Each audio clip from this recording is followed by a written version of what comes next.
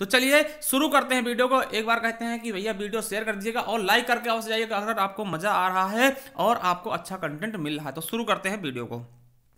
तो देखिए इसमें हम क्या क्या देखेंगे आपको बता दें। इसमें हम सभी प्रकार के वर्ण भेद देखेंगे, ठीक है, सब कुछ देखेंगे बेहतरीन ढंग से। उसके बाद दोस्तों आपका ये आ जाएगा व्यंजन आ जाएगा। व्यंजन के बाद हम देखते जाएंगे दोस्तों उष्म व्यंजन, संघर्षी व्यंजन, ये सब देखेंगे। इसके बाद देखिए लगभग 60 तरीके के टॉपिक होंगे। शब्द देखेंगे यौगिक रूढ़, योग रूढ़, ठीक है, तत्सम तद्भव, एकार्थी शब्द, अनेकार्थी शब्द, संज्ञा, सर्वनाम, क्रिया, विशेषण, ठीक, वचन, कारक, संज्ञा, ठीक है। उसके बाद सर्वनाम देखेंगे, पुरुषवाचक कितने होते हैं, क्रिया आप देखेंगे, ठीक, विशेषण देखेंगे। विशेषण के बाद दोस्तों संख्यावाचक विशेषण क्या होते हैं, परिमाणवाचक क्या होते हैं, सार्वनामिक विशेषण क्या होते हैं, काल देखेंगे, वाच्य देखेंगे, ठीक है। उसके बाद समुच्चय बोधक, विस्मयार्थ बोधक, निपात, समास, संधि, स्वर संधि क्या होते हैं दोस्तों, वाक्य के प्रयोग कैसे होते हैं, ठीक, वाक्य कितने होते हैं, काल क्या होता है, वर्तमान काल, भूतकाल, भविष्य काल के बारे में, रस क्या होते हैं, स्थायी भाव क्या होते हैं, अंग क्या होते हैं, विभाव क्या होते हैं, अनुभाव क्या होते हैं, सात्विक अनुभाव क्या होते हैं, संचारी अनुभाव क्या होते हैं, ठीक है, अलंकार क्या होते हैं दोस्तों, छंद क्या होते हैं, मात्रिक छंद क्या है, वर्णिक छंद क्या है, ठीक है, प्रत्यय क्या होते हैं, विराम चिन्ह क्या होते हैं, भारत में भाषा परिवार कितने हैं, ठीक है, और हिंदी की उपभाषाएं कितनी हैं, हिंदी, पूर्वी हिंदी, पश्चिमी हिंदी, बिहारी हिंदी, ठीक, राजस्थानी हिंदी, इन सब के बारे में बात करेंगे। उसके बाद हिंदी साहित्य का इतिहास देखेंगे, आधुनिक हिंदी काल देखेंगे, भक्ति काल देखेंगे, रीत काल, आधुनिक काल देखेंगे, ठीक है। तो ये सभी दोस्तों इसी वीडियो में देखने वाले। तो चलिए शुरू करते हैं वीडियो को। तो चलिए दोस्तों शुरू करते हैं इस वीडियो को। एक बार फिर से कहते हैं भैया चैनल सब्सक्राइब कर लीजिएगा। देखिए बात करते हैं दोस्तों वर्ण की, ठीक है। पहला होगा हमारा वर्ण, ठीक। वर्ण क्या होता है इसके बारे में अगर हम आपको बताना चाहें दोस्तों, तो वर्ण क्या होता है, भाषा की सबसे छोटी इकाई जिसको हम वर्ण कहते हैं, ठीक है। क्या होती है, भाषा की सबसे छोटी इकाई दोस्तों जिसे हम वर्ण कहते हैं। और आपको बता दें भैया कि लिखित रूप से वर्ण होता है और मौखिक रूप से क्या होती है, ध्वनि। तो हम वर्ण को ध्वनि भी कह सकते हैं। अगर आता है कि वर्ण के भेद कितने हैं, तो आप 2 भेद बताइएगा। कौन कौन से दोस्तों, स्वर हो जाएगा, व्यंजन हो जाएगा, ठीक है। देखिए भेद पूछेगा 2 बताने हैं। अगर पूछ ले वर्णों की संख्या कितनी है, ठीक है, वर्णों की संख्या कितनी है जो कि आपको वर्णमाला मिलती है। देखिए क्वेश्चन आता है वर्णमाला क्या होता है, तो वर्णों के सुव्यवस्थित क्रम को ही वर्णमाला कहते हैं, ठीक है। और वर्णों की संख्या कितनी है, तो आपको बताना है भैया 52 है। कितनी है, 52 बताना है। और 52 कौन कौन सी है वो आपको पता होनी चाहिए। कौन कौन सी है आपको बता दें, आ से लेकर के दोस्तों औ तक, ठीक है। उसके बाद दोस्तों आपको पता होना चाहिए कि यहां पे फिर दोस्तों आपको अयोगवाह भी जोड़ देने इसी में, ठीक है। और दोस्तों का से लेकर के दोस्तों छत्रंग ग्यासरा तक, है ना। तो ये पूरे मिलाकर दोस्तों ये 52 हो जाती है। वर्ण की संख्या पूछेगा तो आपको 52 बताना है। भेद पूछेगा दोस्तों तो 2 बताने हैं, स्वर और व्यंजन। चलिए अब हम स्वर पे आते हैं दोस्तों। स्वर किसे कहते हैं, तो आपको बता दें जिनका प्रयोग स्वतंत्र रूप से होता है उन्हें हम स्वर कहते हैं। परिभाषा कई बार पूछी गई है कि स्वर क्या होते हैं, भैया बता देना सिंपल तरीके से कि जिनका प्रयोग स्वतंत्र रूप से होता है, ठीक है, जिन्हें बोलने के लिए हमें किसी की आवश्यकता नहीं पड़ती है, उन्हें ही हम क्या कहते हैं, स्वर कहते हैं। और स्वरों की संख्या कितनी है भैया, 11। कितनी है, 11। आ, बड़ा आ, ई, बड़ी ई, ऊ, बड़ा ऊ, री, ए, ओ, औ। तो ये टोटल 11 हो गए। इनको अपने दिमाग में बिठा लीजिएगा। अगर पूछ ले स्वर के भेद कितने हैं दोस्तों, मात्रिक आधार पे, है ना, तो दोस्तों बताइए कितने हैं, 3 हैं। कितने हैं दोस्तों स्वर के भेद, 3 हैं, ठीक। कौन कौन से हैं, ह्रस्व स्वर, दीर्घ स्वर और प्लुत स्वर। कितने, ह्रस्व स्वर, दीर्घ स्वर, प्लुत स्वर। स्वर की परिभाषा हमने बता दी, जो स्वतंत्र रूप से बोले आते हैं, जिन्हें बोलने के लिए हमें किसी की आवश्यकता नहीं होती है, उन्हें हम स्वर कहते हैं। अब बात आती है ह्रस्व स्वर क्या कहते हैं दोस्तों। ह्रस्व स्वरों की संख्या 4 होती है। ह्रस्व क्या होता है दोस्तों, आपको पता है छोटे, ह्रस्व मतलब क्या होता है, छोटा, ठीक है। और इनकी संख्या कितनी होती है, 4। तो याद रखेंगे ये क्वेश्चन आपका बन चुका है कई बार। तो कौन कौन से होते हैं, आ, ई, उरी। क्या, आ, ई, उरी। कैसे याद करेंगे, आ, ई, उरी मतलब एकदम छोटे वाले। देखिए छोटा आ, छोटी ई, छोटा ओ और री से ऋषि, ठीक है। तो 4 हो गए, ज्यादा दिक्कत नहीं होगी। अब देखिए दीर्घ स्वर क्या होता है, जिनमें दोस्तों बोलने के लिए हमें इनसे थोड़ा सा ज्यादा समय लगता है या फिर इनसे दुगुना समय लगता है, उन्हें हम दीर्घ स्वर कहते हैं। इनकी संख्या है 7। कितनी है, 7 है। ये कौन से होते हैं, अब भैया इन चारों हटा दे, टोटल हमने 11 बताया, और जो चारों हटाने के बाद जो बचेंगे दोस्तों वो क्या हो जाएंगे, आपके दीर्घ स्वर, ठीक है। तो बड़ा आ, बड़ी ई, बड़ा उ, ए, ओ, औ, ठीक है, ये हो जाएंगे आपके दीर्घ स्वर, ठीक है। बात करते हैं दोस्तों, देखिए प्लुत स्वर में कोई मतलब नहीं। प्लुत स्वर हम कैसे करते हैं दोस्तों, ये इस तरह का लगता है, जहां पे किसी चीज को हम जोर से बोलने की कोशिश करते हैं दोस्तों, उसे हम प्लुत स्वर की कैटेगरी में ले आते हैं, ठीक है। तो चलिए अब देखते हैं संयुक्त स्वर। देखिए संयुक्त का मतलब क्या होता है, तो आपको मैं बताना चाहूंगा दोस्तों, संयुक्त का मतलब होता है जो जुड़ के बनते हैं। क्या होता है, जो किसी चीज से जुड़ के बनते हैं उनको हम संयुक्त की कैटेगरी में ही रख देते हैं, ठीक है। चलिए थोड़ा सा हम देखिए, इसको थोड़ा सा हम जूम करके, थोड़ा सा कट रहा होगा इधर, तो उसको हम थोड़ा कोशिश कर रहे हैं। तो हमने बताया ये संयुक्त स्वर का होते हैं जो मिल के बनते हैं, ठीक है। तो ये चीज आपको बताना चाहते हैं थोड़ा सा, तो कौन कौन से होते हैं, तो ये चीज याद रखेंगे कौन कौन से होते हैं। ए, ठीक है, जिसके जो किससे मिलकर बनता है, आ और छोटी ई से, और ए, आ और ए से ओ, आ और उ से, और औ दोस्तों आ और ओ से। ओ देखिएगा दिख रहा होगा, ठीक है, आ और ओ से। तो ये चार हो जाते हैं दोस्तों, संयुक्त स्वर होते हैं ना, ये मिलके बनते हैं इसलिए इनको संयुक्त स्वर कहते हैं, ठीक है। चलिए अब बात करते हैं जीभ के आधार पे दोस्तों स्वर कितने भागों में बांटा जाता है। दोस्तों जीभ के आधार पे 3 भागों में, जीभ के आधार पे कितने, 3 भागों में दोस्तों। तो चलिए हम बताते हैं कौन कौन से वो भाग होते हैं। तो दोस्तों देखिए, मान लिया ये जीभ है आपकी, ठीक है, जीभ है ये आपकी, ठीक है। तो दोस्तों जो अग्र भाग से बोले जाएंगे, इधर वाले भाग से, उनको हम अग्र स्वर कहते हैं। और अग्र स्वर कितने होते हैं दोस्तों, ये 5 देख लीजिए कौन कौन से, छोटी ई, बड़ी ई, ए, ऐ, री। और मध्य स्वर में दोस्तों केवल और केवल छोटा आ होता है, तो छोटा आ दिख नहीं रहा होगा, तो मध्य स्वर में आप छोटा आ समझ लीजिएगा, ये मध्य स्वर होता है, ठीक है। और पश्च स्वर जो पीछे हिस्से बोले जाएंगे उनको बोलते हैं पश्च स्वर, बड़ा आ, उ, बड़ा उ, ओ और औ। तो आप जीभ के आधार पूछेगा 3 बताइएगा, अग्र, मध्य और पश्च। देखिए कैसे याद करेंगे आपको मैं बता दूं, देखिए पश्च स्वर तीसरे नंबर पे है दोस्तों। आपको बता दें जो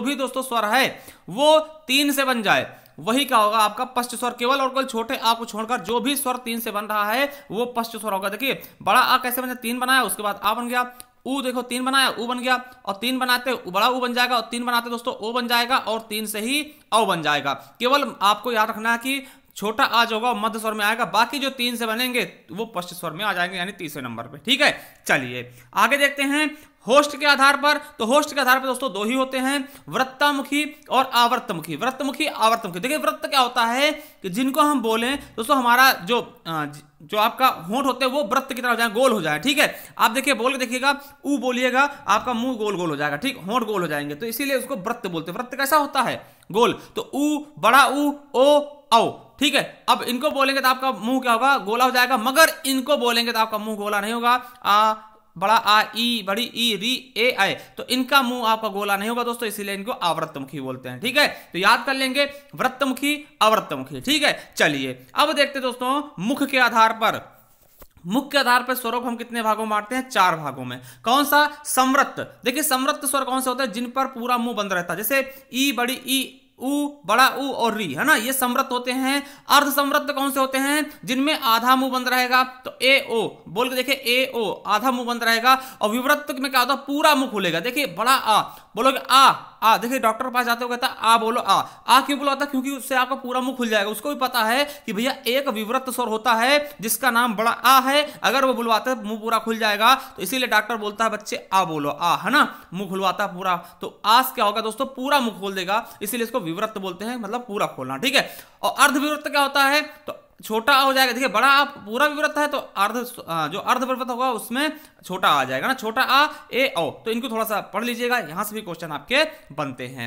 अब देखिए बात करते हैं अयोगवाह। देखिए स्वर हमने देख लिए, स्वरों की संख्या हमने बता दी 11 है, ठीक है। अब 2 होते दोस्तों अयोगवाह, जिन्हें बचपन में स्वर की श्रेणी में ही रख देते हैं, मगर यहां ऐसा नहीं होता। तो कौन कौन से होते हैं दोस्तों, अंक और आह। क्वेश्चन बहुत बार पूछेगा, ये मोस्ट इंपॉर्टेंट लगा लीजिएगा। अयोगवाह क्या होते हैं, ठीक है, जिनका कोई योग ना हो, जो कहीं भी ना रहे, ना तो इस स्वर में गिने आते हैं ना ही व्यंजन में, ठीक है। इनको दोस्तों नपुंसक वर्ण भी कहते हैं, क्योंकि ये ना तो स्वर में है ना ही व्यंजन में है, तो इसलिए इनको नपुंसक वर्ण भी कह देते हैं। तो याद रखेंगे कौन कौन से होते हैं, अनुस्वार भी कहते हैं, विसर्ग भी कहते हैं ना। या तो अंक आहा मिलेगा, क्या मिलेगा, अंक आहा लिखा मिलेगा, या फिर दोस्तों कहीं कहीं पे अनुस्वार और विसर्ग भी लिखा मिलता, तो आप पहचान जाइएगा यही है, ठीक है।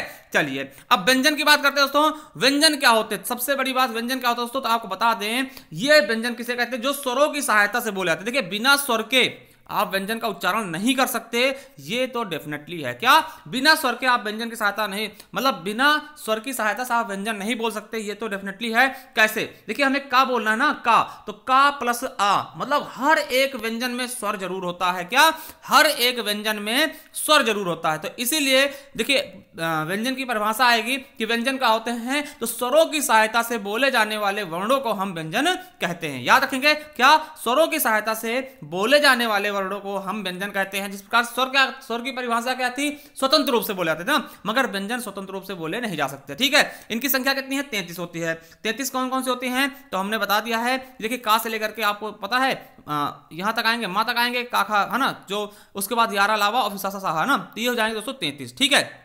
चलिए अब व्यंजन दोस्तों कितने होते हैं, व्यंजन के भेद कितने होते हैं, 3 होते हैं। स्पर्श व्यंजन, ठीक है, अंतस्थ व्यंजन और उष्म व्यंजन, स्पर्श व्यंजन, अंतस्थ व्यंजन, उष्म व्यंजन, ये मुख्यतः 3 भेद होते हैं व्यंजन के। ठीक है, मुख्यतः इस प्रकार के दोस्तों स्वर के कितने होते हैं, वो भी मुख्यतः 3 होते हैं, है ना, हर्ष स्वर, दीर्घ स्वर और प्लुत स्वर। उसी तरह से व्यंजन के भी 3 भेद होते हैं। अब चलिए देखते हैं दोस्तों क्या स्पर्श व्यंजन। देखिए स्पर्श व्यंजन जब हम बोलते हैं तो ये किसी ना किसी भाग को स्पर्श करके निकलते हैं हमारे मुख से, तो इन्हें स्पर्शी व्यंजन कहते हैं। देखिए क्या क्या बोलते हैं, इन्हीं व्यंजन को हम स्पर्शी व्यंजन कहते हैं या स्पर्श व्यंजन कहते हैं। वर्गीय बोलते हैं क्योंकि दोस्तों 5 वर्गों में मिलते हैं। कौन कौन से, का वर्ग, टा वर्ग, पा वर्ग, ता वर्ग, चा वर्ग ना, तो ये दोस्तों इसलिए इनको हम वर्गीय व्यंजन भी कहते हैं, उदित व्यंजन भी कहते हैं। तीनों नाम इसी के हैं, याद रखेंगे, स्पर्श व्यंजन या स्पर्शी व्यंजन, वर्गीय व्यंजन और उदित व्यंजन। किसको कहते हैं, तो दोस्तों स्पर्शी व्यंजन के ही नाम है तीनों तीनों। ठीक है, इनकी संख्या कितनी है, 25। और वर्ग पूछेगा कितने वर्ग में, तो 5 वर्ग में, ये भी मत भूलिएगा, नहीं तो आप 25 बता दो। ठीक है, कौन कौन से वर्ग हैं, का वर्ग। देखिए का वर्ग में कौन कौन से आएंगे, का खा आगा अंगा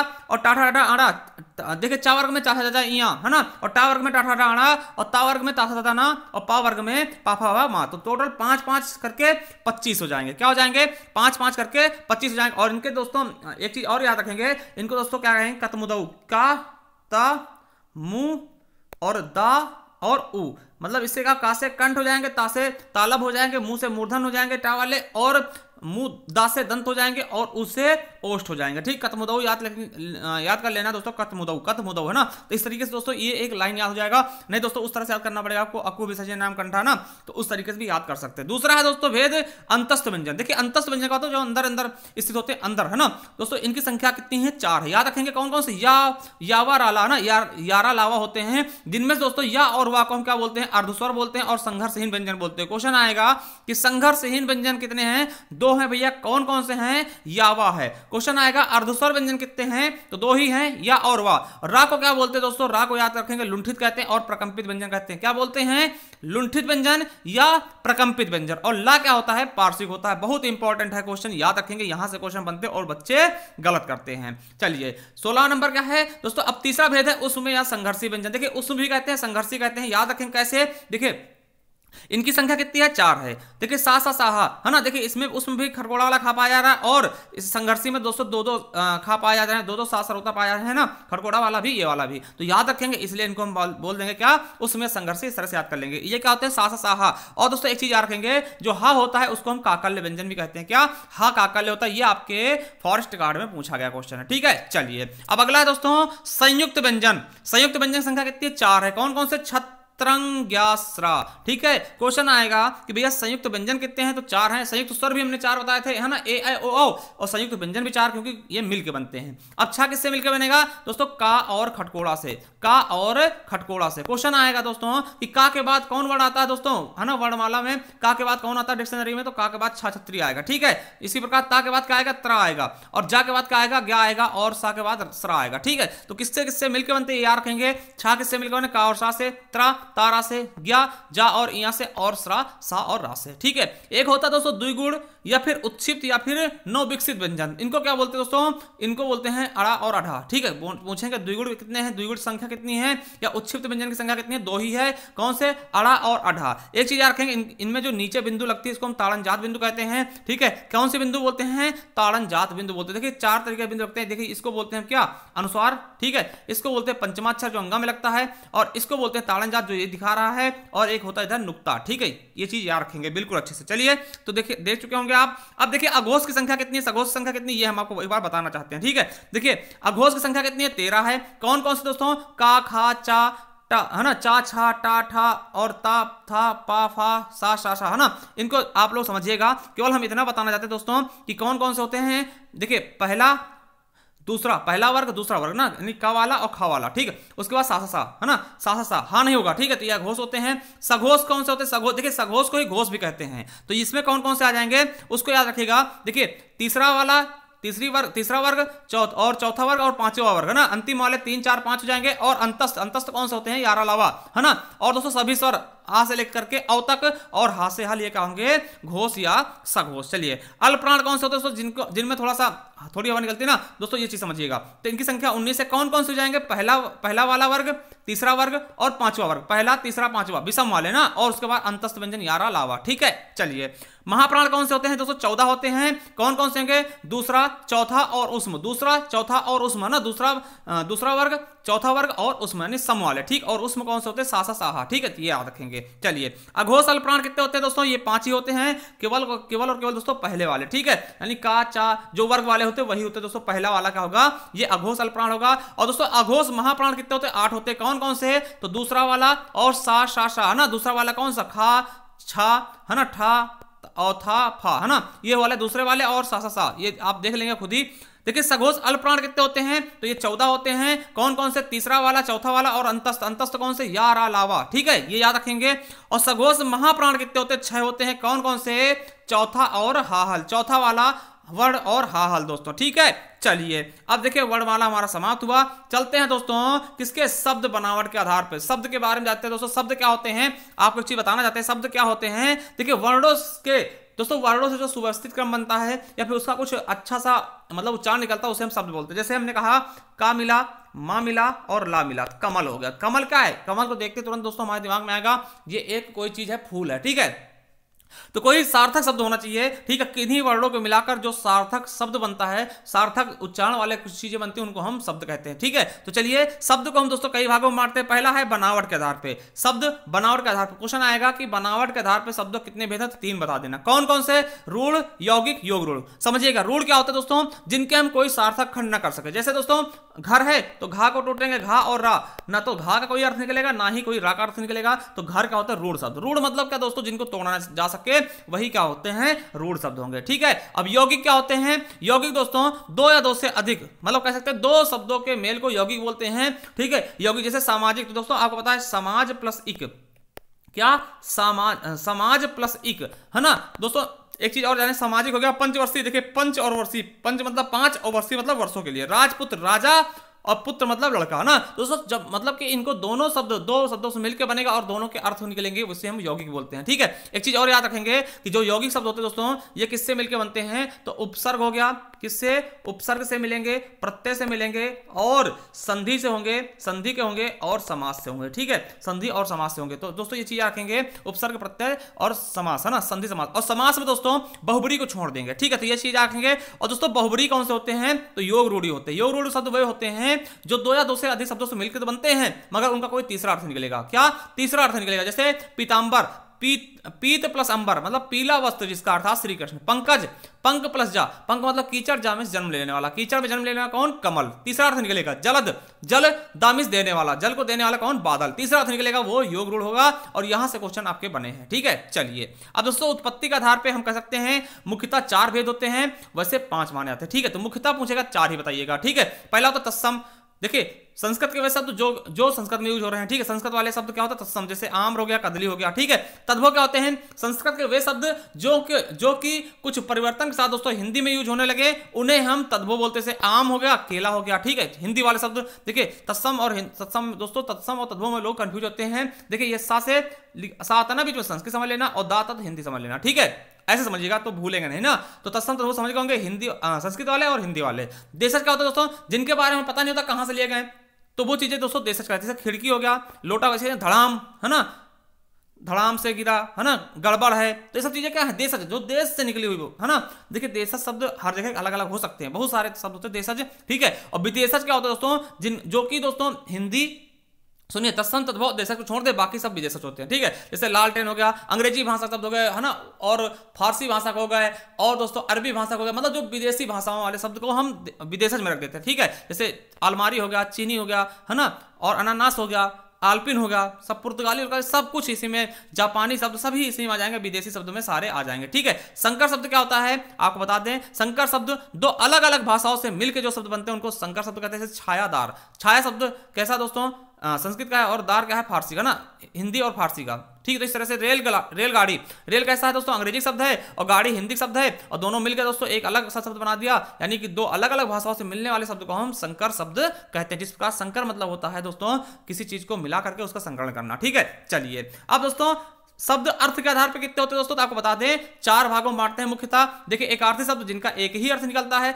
जैसे गंगा, हमने कहा गंगा केवल एक ही अर्थ निकलेगा, क्या है, नदी है ना। अनेक अर्थी शब्द कि जिस चीज के अनेक अर्थ निकल रहे हैं, क्या, अनेक अर्थी शब्द जिसके अनेक अर्थ निकले, जैसे हमने कहा दोस्तों क्या, ठीक है, देखिए हमने कह दिया दोस्तों, क्या कह दिया दोस्तों आपसे, कर, कर मतलब कह दिया कर। अब देखिए कर क्या है, अनेकार्थी शब्द कर मतलब होता है दोस्तों करना भी हो जाएगा, ठीक है, करना हो जाएगा, और कर मतलब क्या होता है, हाथ भी होता है, और कर मतलब क्या, टैक्स भी होता है। तो इन शब्दों को हम अनेकार्थी शब्द कहते हैं जिनके एक से अधिक अर्थ निकल रहे हैं। ठीक है, समानार्थी क्या होता है, जिसको हम पर्यायवाची कहते हैं, मतलब किसी की जगह हम वैसा दूसरा शब्द रख दें और उसके भाव में कोई परिवर्तन ना हो। जैसे हमने कहा दोस्तों सूर्य पूर्व से निकलता है, सूर्य पूर्व से निकलता है, पूर्व से निकलता है। ठीक है, अब इसकी जगह हम ऐसा शब्द रख दें कि इसके वाक्य में कोई परिवर्तन ना हो, जैसे हम लिख दे दिनकर, दिनकर पूर्व से निकलता है दोस्तों, या फिर दिवाकर पूर्व से निकलता है, ठीक है, या आदित्य पूर्व से निकलता है दोस्तों, तो इसमें कोई परिवर्तन नहीं होगा। इन्हें बोलते हैं समानार्थी शब्द। ठीक है, विपरीतार्थी शब्द क्या होता है, जो विपरीत अर्थ देते हैं। जैसे हमने कहा दिन, तो कहेगा रात, है ना, दिन का रात, है ना, स्थावर का जंगम, आलोक का तिमिर, इस तरीके से हम इनको विपरीत बोलते हैं, इनको विलोम शब्द भी कहते हैं। समश्रुति भिन्नार्थक या सूक्ष्म भिन्नार्थक, इनको हम शब्द युग्म भी कहते हैं दोस्तों। आपको पता है जैसे कंजर और कुंजर, क्या, कंजर और कुंजर, कंजर में इसका होता है हाथी, कुंजर में होता है नीच जाती। ठीक है, आपको पता होना चाहिए, इससे शब्द हम श्रुतिसम भिन्नार्थक शब्द कहते हैं। ठीक है, चलिए अब शब्द प्रयोग के आधार पर दोस्तों आपको पता है दो होते हैं विकारी शब्द। देखिए विकारी शब्द वे होते हैं जिनमें लिंग वचन कारक के आधार पर परिवर्तन होता है। अविकारी शब्द क्या होते हैं, लिंग वचन कारक काल के आधार पर कोई परिवर्तन नहीं होता दोस्तों, उन्हें हम अविकारी शब्द कहते हैं। ठीक है, चलिए देखिए विकारी शब्द के भेद कितने हैं, 4 हैं। कितने हैं, 4 हैं। कौन कौन से, संज्ञा, सर्वनाम, क्रिया और विशेषण। वही बात करते हैं दोस्तों अविकारी शब्द के कितने भेद हैं, इसके भी मुख्यतः 4 भेद हैं, क्रिया विशेषण, संबंध बोधक और समुच्चय बोधक, विस्मय बोधक, दोस्तों कहीं कहीं निपात भी दे देते हैं। ठीक है, तो इनके बारे में थोड़ा अभी देखेंगे आगे। ठीक है, अब देखिए लिंग की बात करते हैं दोस्तों, लिंग की संख्या कितनी है, 2 है। ठीक है, स्त्रीलिंग, पुल्लिंग। देखिए स्त्रीलिंग क्या होती है, आप देखिए इनको पहचान लीजिएगा आप बोल के। ठीक है, जैसे कि गाय, गाय चरती है ना, तो ई है आ गया, है ना, रचना की जाती है, दया होती है, कवित्री, ये तो पता ही है कवि का स्त्रीलिंग है ना। पुल्लिंग का होता है दही, लड़का, दही, है ना, पानी, कवि। देखिए दही खट्टा होता ना कि खट्टी, ये दोस्तों ये अपवाद होते हैं ना, इसीलिए हमने इनको डाल दिया। जैसे पानी बोलेंगे, पानी का स्त्रीलिंग होगा, नहीं स्त्रीलिंग नहीं, पानी पिया जाता है। ऐसे बोल के बोलेंगे तो ज्यादा समझ में आएगा। ठीक, बोल के किसी चीज को सेंटेंस में फिर के देखेंगे तो आराम से आप उसका अर्थ निकाल पाएंगे। ठीक है, चलिए वचन दोस्तों क्या होते हैं, वचन दो होते हैं, एक वचन और बहुवचन। क्या, एक वचन और बहुवचन दोस्तों। ठीक है, बहु द्वारा सुनाए गए वचन सास को बहुवचन कहलाते हैं ना, ऐसा नहीं है। ठीक है, बहुवचन मतलब होता है जो कई चीजों को ले लेना। देखिए एक चीज होगा तो उसे एक वचन बोलेंगे, एक से ज्यादा चीजों को बहुवचन। जैसे हमेशा पूछेगा कि दोस्तों शिक्षा क्या होता है, तो एक वचन। प्रत्येक क्या होगा, एक वचन। जनता क्या होगी, एक वचन। याद रखिएगा प्रत्येक और जनता एक वचन होती है। क्वेश्चन कई बार पूछे गए हैं। और आपको बता दें बहुवचन में आंसू, होश, प्राण और हस्ताक्षर, ये एसआई में बहुत बार पूछे गए, यूपीएसआई में कई बार पूछे गए। तो पूछेंगे आंसू कैसा शब्द है, बहुवचन। ठीक है, हमेशा बहुवचन। चलिए अब बात करते हैं दोस्तों कारक चिन्ह की। देखिए कारक चिन्ह क्या होता है दोस्तों, तो आपको बता दें कारक चिन्हों की संख्या कितनी है, 8 है। ठीक है, जैसे कर्ता करने चिन्ह होगा, कर्म को होगा, करण से होगा, संप्रदान के लिए, अपादान से अलग होगा, संबंध काकी के, और अधिकरण में पर, संबोधन हे अरे। ठीक है, तो ये चीजें याद रखेंगे। ठीक है, देखिए अपादान में क्या होता है, से तो होता मगर अलग होता। जैसे कि दोस्तों बोलेंगे कि चूहा बिल से निकला। अब देखिए बिल से चूहा अलग हो रहा है, गंगा हिमालय से निकली, है ना, बच्चा पेड़ से गिरा, तो इस तरीके के अपादान होते हैं। ठीक है, चलिए अब देखते हैं संज्ञा। संज्ञा दोस्तों देखिए संज्ञा के रचना के आधार पर दोस्तों 3 ही भेद होते हैं। 3 ही भेद होते हैं। कौन कौन से, जातिवाचक जिसमें मनुष्य आ जाएगा, ठीक है, और दोस्तों नदी आ जाएगा, और पर्वत आ जाएगा। देखिए जातिवाचक ऐसे समझिएगा जिनके हम दोस्तों बहुवचन बना ले। देखिए मनुष्य का मनुष्य हो जाएगा, नदी का नदियां हो जाएंगी, और पर्वत का पर्वतों हो जाएगा। जिनका बहुवचन बना ले दोस्तों वो जातिवाचक होंगे, नहीं तो दोस्तों कौन से हो जाएंगे, आपके व्यक्तिवाचक। ठीक है, समूहवाचक में दोस्तों कौन कौन से, परिवार, पुलिस, कक्षा, समिति, है ना। और भाववाचक में दोस्तों यौवन, सच्चाई, गुरुत्व और भोलापन ना, भाव जिनको हम छू या देख ना सके। ठीक है, और अर्थ के आधार दोस्तों 5 होते हैं। कौन कौन से, व्यक्तिवाचक बढ़ेगा, ठीक है, जैसे राम, दिल्ली, गंगा, हिमालय। जातिवाचक, समूहवाचक और भाववाचक हम पढ़ चुके हैं। और द्रव्यवाचक दोस्तों जिनको तौला या मापा जाएगा, ठीक, जिनका कोई स्थान होगा। चलिए अगला है सर्वनाम। सर्वनाम आपको पता है दोस्तों इसके 6 भेद होते हैं, और इनकी संख्या कितनी होती है, 11। इनकी संख्या देखिए, सर्वनाम की संख्या पूछेगा 11 बताना है, भेद पूछा 6 बताइएगा। कौन कौन से भेद हैं, पुरुषवाचक, निजवाचक, अनिश्चयवाचक, संबंधवाचक, प्रश्नवाचक और निजवाचक। देखिए पुरुषवाचक क्या होता है, इनके 3 भेद होते हैं, जिसमें दोस्तों है ना। अभी उसके नीचे बात करेंगे पुरुषवाचक में किसी पुरुष या ऐसे स्त्री में स्त्री का पता चलेगा। निजवाचक में देखिए जो निश्चयवाचक दोस्तों कोई चीज निश्चित हो, जैसे कहते हैं यह कलम है, यह कलम है दोस्तों, तो यह क्या है, निश्चित है ना, यह कलम है, ठीक है, यह कलम है, ठीक है। अब देखिए यह शब्द अगर हम मनुष्य के लिए करेंगे तो पुरुषवाचक होगा, और यह शब्द हम किसी वस्तु के लिए कर रहे हैं तो निश्चयवाचक होगा, ठीक है। तो यह कलम है मतलब क्या है, निश्चित है, ठीक है। अनिश्चित का होता है दोस्तों जिसमें कोई निश्चित ना हो, जैसे कुछ ले आओ, कोई को बुलाओ, किसी को बुलाओ, तो दोस्तों ये क्या है, ये अनिश्चित है, निश्चित नहीं है, तो ये अनिश्चित वाचक हो जाएंगे। संबंध वाले क्या होते हैं दोस्तों, जो या सो लगा मिलेगा तो संबंध हो जाएगा। क्वेश्चन आएगा कि जो या सो कैसा सर्वनाम है, संबंधवाचक, ठीक है। जो जैसा करेगा सो ऐसा भरेगा, है ना। जो खड़ा था सो मेरा भाई है ना, ऐसे। प्रश्नवाचक में प्रश्न पूछने को होगा कौन और क्या आएगा, और निजवाचक में दोस्तों स्वतः, स्वयं, खुद, ऐसे सेंटेंस आएंगे, ठीक है। चलिए अगला है पुरुषवाचक। पुरुषवाचक में क्या होता है दोस्तों, आपको बता दें कि देखिए उत्तम पुरुष, मध्यम पुरुष और अन्य पुरुष। देखिए जैसे मैं पढ़ा रहा हूं आप लोग, तो अब मैं क्या हो जाऊंगा दोस्तों, उत्तम पुरुष, और मैं अपने लिए क्या क्या बोलूंगा, भैया मैं पढ़ा रहा हूं, हम पढ़ा रहे हैं, हमने पढ़ाया, मैंने पढ़ाया, ठीक है। और आप लोग दोस्तों पढ़ रहे हैं, तो आप लोग क्या हैं, मध्यम पुरुष ना, आप लोग मध्यम है, ठीक है। जैसे आप लोग क्या बोलेंगे, तुम लोग पढ़ो, आप लोग पढ़ो, आपको पढ़ना पड़ेगा ना, तो ये शब्द क्या हो जाएंगे, मध्यम पुरुष के। और देखिए जिसके बारे में पढ़ा रहे हैं, मान लिया हम दोस्तों हिंदी पढ़ा रहे हैं, तो हिंदी क्या होगी दोस्तों, अन्य पुरुष, ठीक है। वह, ये, वो, उन्होंने, उनको, तो ये चीज याद रखेंगे, उत्तम पुरुष, मध्यम पुरुष, अन्य पुरुष। कभी कोई क्वेश्चन पूछता है कि पुरुषवाचक सर्वनाम का कौन सा भेद नहीं है, उत्तम पुरुष, मध्यम पुरुष, अन्य पुरुष, इनके अलावा एक देगा वो पूछ लेगा, ठीक है। चलिए क्रिया, सकर्मक, अकर्मक। देखिए क्रिया कितने होते हैं, सकर्मक, अकर्मक, दो प्रकार के होती हैं, आपको इनको याद रखना है बहुत ही बेहतरीन ढंग से दोस्तों, ठीक है। क्रिया के भेद याद रखने हैं बहुत ही बेहतरीन ढंग से दोस्तों। सकर्मक क्रिया का होती है जो कर्म के साथ होती हैं, जिसमें कर्म होगा, और अकर्मक जिनमें कर्म नहीं होगा। जैसे राम घर जा रहा है दोस्तों, सकर्मक हो जाएगा, कहां जा रहा, राम घर जा रहा है ना, कौन जा रहा है, राम जा रहा है, कहां जा रहा है, घर जा रहा है ना। और कर्मक जैसे घर जा रहा, राम जा रहा है, तो राम जा रहा है, ये दोस्तों इसमें कर्म नहीं है, तो ये क्या जाएगी, अकर्मक हो जाएगी, ठीक है। तो ये चीज याद रखेंगे बिल्कुल अच्छे से। यहीं पर दोस्तों कुछ हम क्रिया भेद बता दे रहे हैं। जैसे दोस्तों एक होता है पूर्वकालिक क्रिया, पूर्वकालिक क्रिया, पूर्वकालिक क्रिया, तो ये भी याद रख लेंगे, पूर्वकालिक क्रिया लिख लीजिएगा, ठीक है। पूर्वकालिक क्रिया, देखिए पूर्वकालिक क्रिया क्या होती है, जब कोई व्यक्ति एक काम करके दूसरा काम करने लगता है उसको हम पूर्वकालिक क्रिया कहते हैं। और इसमें दोस्तों सबसे अच्छी पहचान की बात क्या होती है, कर लगा होगा। जैसे हमने कहा वह नहाकर आया है, वह नहाकर आया है, नहाकर आया है। देखिए आने से पहले उसने क्या, कौन सा काम किया, नहाने वाला, और नहा कर आया है मतलब पहला काम पूरा कर चुका। देखिए कर लगा हुआ मिल गया, इसलिए हम इसको पूर्वकालिक बोले। कहीं भी दोस्तों कर लगा हुआ दिखे तो पूर्वकालिक क्रिया होती है। एक होता है दोस्तों संयुक्त क्रिया। संयुक्त क्रिया क्या होता है दोस्तों, संयुक्त, जैसे कि हमने बताया संयुक्त क्रिया क्या होती है, मिलकर बनता ना। संयुक्त क्रिया क्या होती है, मिलकर बनता। जैसे हमने कहा वह पहुंच गया, वह पहुंच गया, वह पहुंच गया। अब देखिए पहुंचना भी एक क्रिया होता है और गया भी एक क्रिया होता है, मगर इसको दोनों जोड़ के बनाया गया, इसलिए क्या हो जाएगा दोस्तों, क्या हो जाएगा, संयुक्त क्रिया, ठीक है। और एक होता है दोस्तों प्रेरणार्थक क्रिया। क्या प्रेरणार्थक क्रिया दोस्तों, इसको बता दे क्या होता है, जब कोई व्यक्ति मतलब वो काम स्वयं ना करके दूसरे से करवाता है, वो प्रेरणार्थक होती है। और देखिए इसमें दो प्रकार की होती है। प्रथम प्रेरणार्थक जिसमें आना या लाना जोड़ के बनाते हैं, जैसे काटना, कटाना, ये प्रथम प्रेरणार्थक हो जाएगी। और दोस्तों वाना जोड़ के दोस्तों द्वितीय प्रेरणार्थक बनाते हैं, जैसे कि कटवाना, ठीक है। तो ये चीज आप समझ गए होंगे क्रिया के संबंधित। चलिए अब विशेषण देखते हैं। विशेषण के चार भेद होते हैं। कौन कौन से, गुणवाचक जिसमें गुण बताया जाता है,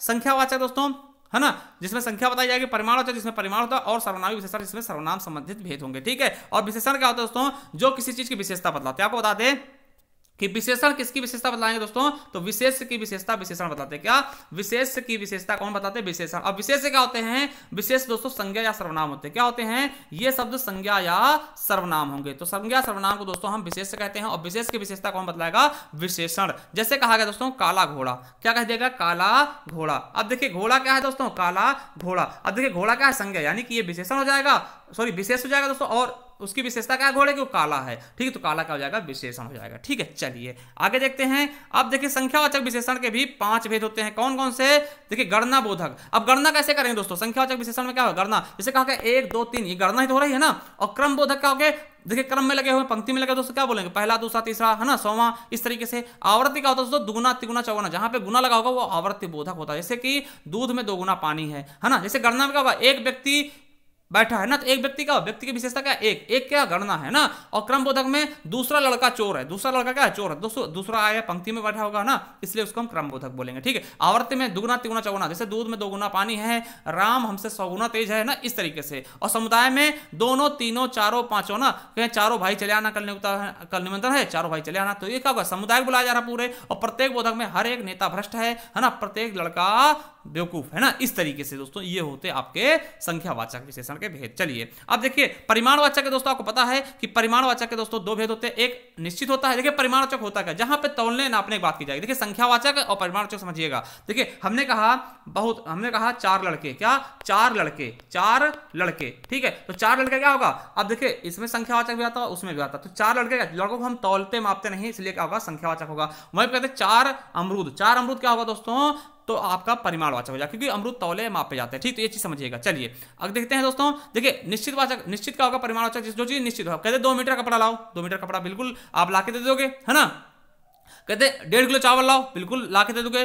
5 सेब ले आओ, लाके दे दोगे। मगर हम वही कहते हैं थोड़ा सा नमक लाओ, थोड़ा सा नमक। तो दोस्तों आप कंफ्यूजन, कितना थोड़ा देते हैं भैया, कितना थोड़ा देते हैं, तो वही होता है अनिश्चित। देखिए किंचित, जरा, थोड़ा सा, है ना, बहुत, अधिक, तनिक, ऐसे सेंटेंस आएंगे तो दोस्तों अनिश्चित परिमाणवाचक के भेद होंगे, ठीक है। चलिए अगला है मौलिक सर्वनामिक विशेषण जो है दोस्तों, मौलिक और यौगिक। देखिए मौलिक का होता है जो मूल रूप से उसी तरह आता है, जैसे ये मेरा घर है दोस्तों, ये क्या है, सर्वनाम ही है, ठीक है। और दोस्तों यौगिक का होते हैं थोड़ा सा चेंज करके, जैसे ऐसा आदमी नहीं देखा, तो ऐसा का आदमी विशेषण का ऐसा, है ना, तो ये होते हैं दोस्तों यौगिक। चलिए अगला देखते हैं दोस्तों, वाच्य क्या होते हैं, वाच्य, ठीक। वाच्य देखिए 3 प्रकार के होते हैं, कृतवाच्य, कर्मवाच्य और भाववाच्य। इनकी समझिएगा क्या होती है कहानी, ठीक है। देखिए जिसमें कर्ता की प्रधानता हो कृतवाच्य होंगे, जिसमें कर्म के हो कर्मवाच्य, और जिसमें भाव के हो भाववाच्य। देखिए कर्ता जैसे कहा गया राम घर जाता है, इसमें कौन सा वाच्य है, राम घर जाता है। आपको पता है इसमें कौन जा रहा है, राम, कर्ता है ना, तो कृतवाच्य हो जाएगा। अब देखिए इसी को हम बना देते हैं, इसी को थोड़ा सा परिवर्तित करते बेवकूफ बनाते हैं, बोलेंगे राम के द्वारा घर जाया था। देखिए जहां कहीं भी एक चीज बता दें, जहां कहीं भी आपको के द्वारा मिले, के द्वारा, ठीक है, या फिर से लगा मिल जाए, ठीक है, तो दोस्तों आप कर्मवाच्य कर देना। जिसे कहेंगे राम के द्वारा खाना खाया गया, ठीक है दोस्तों, कर्मवाच्य हो जाएगा बिल्कुल। और दोस्तों जहां कहीं भी आपको नकारात्मक सा दिखे और क्रिया जो होगी एक वचन होगी और पुल्लिंग होगी दोस्तों, वो भाववाचक। जैसे सीता से बैठा नहीं गया, देखिए सीता क्या है, स्त्रीलिंग है, मगर गया, बैठा गया, तो बैठना गया दोस्तों ये क्या है, पुल्लिंग है, ठीक है, एक वचन है, तो वो दोस्तों भाववाच्य होगी ना। कहने का मतलब क्या है, जहां कहीं भी कर्ता लगा हो और कर्ता के साथ में कोई भी कारक चिन्ह ना हो, ठीक है, अगर होगा भी केवल ने होना चाहिए, राम ने खाना खाया, तो ये हो जाएगा दोस्तों कृतवाच्य। आप कहते हैं राम के द्वारा खाना खाएगा, तो द्वारा और से ऐसे सेंटेंस लगते हुए मिलेंगे दोस्तों, तो वो आपका कर्मवाच्य हो जाएगा, ठीक। तो कर्मवाच्य पहचान रखिएगा, इससे या के द्वारा, ठीक है। और तो ये तो दोस्तों कर्ता नहीं होगा, या फिर अगर होगा भी दोस्तों तो से और के द्वारा लगा होगा, वो कर्मवाच्य होगा। भाववाच्य में आपको बता दिया निगेटिव होगा, और ठीक है। चलिए अगला है क्रिया विशेषण। क्रिया विशेषण दोस्तों जो क्रिया की विशेषता बताते हैं, जैसे हमने कहा कि राम दौड़ता है, देखिए दौड़ता है क्या है, दौड़ना है, दौड़ता क्या क्रिया है। अब यही कहते हैं राम तेज दौड़ता है, क्या तेज दौड़ता है दोस्तों, राम तेज दौड़ता है दोस्तों, तेज क्या हो जाएगा, फिर ये क्या होगा, क्रिया विशेषण, क्योंकि क्रिया की विशेषता बता रहा तेज, है ना। तो क्रिया विशेषण दोस्तों 4 भेद होते हैं इसके, स्थानवाचक, कालवाचक, रीतिवाचक, परिणामवाचक ना। चलिए अगला है संबंधवाचक। देखिए संबंधवाचक क्या होते हैं, संबंध बोधक क्या होता है दोस्तों, ये बहुत कंफ्यूजन करता है, संबंध और समुच्चय। देखिए संबंध बोधक क्या होते हैं, ये सर्वनाम को, देखिए सर्वनाम और संज्ञा, क्या सर्वनाम या संज्ञा, समझिएगा, 2 चीजें समझिएगा, संज्ञा या सर्वनाम। देखिए कोई भी सेंटेंस जो संज्ञा या सर्वनाम को जोड़ेगा, या संज्ञा को सर्वनाम से जोड़ेगा, या सर्वनाम को जोड़ेगा, या संज्ञा से जोड़ेगा दोस्तों, उसे हम संबंध बोधक बोलते हैं। देखिए संबंध किसी में होगा, व्यक्तियों में, व्यक्ति क्या होता है, संज्ञा ही तो होते हैं, ये चीजें रखेंगे। देखिए जैसे राम और सीता जी जा रहे हैं, ठीक है। या फिर हमने कह दिया कि दोस्तों, अगर हमने कह दिया कि राकेश और मोहन जा रहे हैं, ठीक है, तो देखिए ये क्या कर रहा है, राकेश क्या संज्ञा है और मोहन भी संज्ञा है,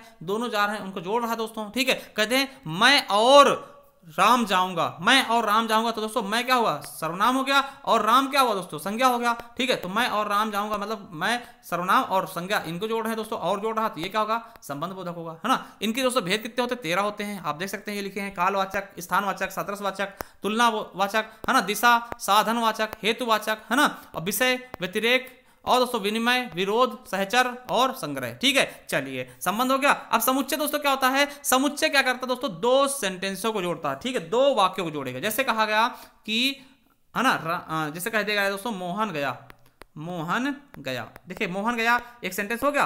अब कहते हैं राधा आई, राधा आई, राधा आई। अब देखिए दूसरा सेंटेंस ये होगा, अब इसको जोड़ दे दोनों को, मोहन गया और राधा आई। तो दोस्तों तो फिर और ये क्या होगा, ये होगा समुच्चय बोधक, क्योंकि दोस्तों ये दो सेंटेंसों को जोड़ रहा है, ठीक है, दो सेंटेंसों को जोड़ रहा है, ठीक है। तो समझ गए होंगे बिल्कुल अच्छे से, इनके दो भेद होते हैं, समानाधिकरण और व्याधिकरण, ठीक है। चलिए आगे देखते हैं विस्मादि बोधक। देखिए विस्मादि बोधक में ऐसा चिन्ह होता है, आपको पता भी होगा, ठीक। इसके 7 भेद होते हैं। हर्ष बोधक, जहां पे दोस्तों खुशी होगी, शाबाश बेटे ना। शोक बोधक, छी, है ना, हाय राम, है ना, इस तरह आश्चर्य, अरे, है ना, अनुमोदन दोस्तों किसी से रिक्वेस्ट करना, जी प्लीज, है ना, वो चीज है। तिरस्कार, छी छी, है ना, धुर, ऐसे अस्वीकार, मना कर देना। संबोधन दोस्तों हेयर, है ना। तो ऐसे चीजें में जहां पे दोस्तों विस्माद बोधक लगता है, इसको हम क्या बोलते हैं, बिल्कुल अच्छे समझेगा ना। निपात का दोस्तों किसी चीज बल देता है, जैसे हमने कहा राम जाएगा, राम, है ना, राम घर जाएगा, राम घर जाएगा, ठीक। ये क्या होगा, ये सिंपल सेंटेंस हो गया। अब बोल दे राम घर तक जाएगा, दोस्तों तक मतलब क्या, इसी चीज पे बल दे देगा कि हाँ घर तक तो जाएगा दोस्तों। तो ये तक क्या होता है, यही निपात कहलाता है। निपात के दोस्तों 9 भेद होते हैं, सकारात्मक, नकारात्मक, निषेधात्मक, प्रश्नबोधक, विस्माद बोधक, बल प्रदायक, तुलना बोधक, अवधारणा बोधक और आधार बोधक। चलिए समास की बात करते हैं दोस्तों। समास के देखिए कितने भेद होते हैं, समास कितने होते हैं दोस्तों, इसके 6 भेद होते हैं। अव्यय भाव समास याद रखेंगे। अव्यय भाव समास में क्या होता है दोस्तों, इनका क्या होता है दोस्तों, पहला पद क्या होता है, प्रधान होता है। एकमात्र समास जिसका पहला पद प्रधान होगा। तो समझिएगा, देखिए एक चीज आपको बता दें कि किसका कौन सा पद प्रधान होता है, ऐसे क्वेश्चन भी आपके एग्जाम में बहुत पूछे आते हैं ना।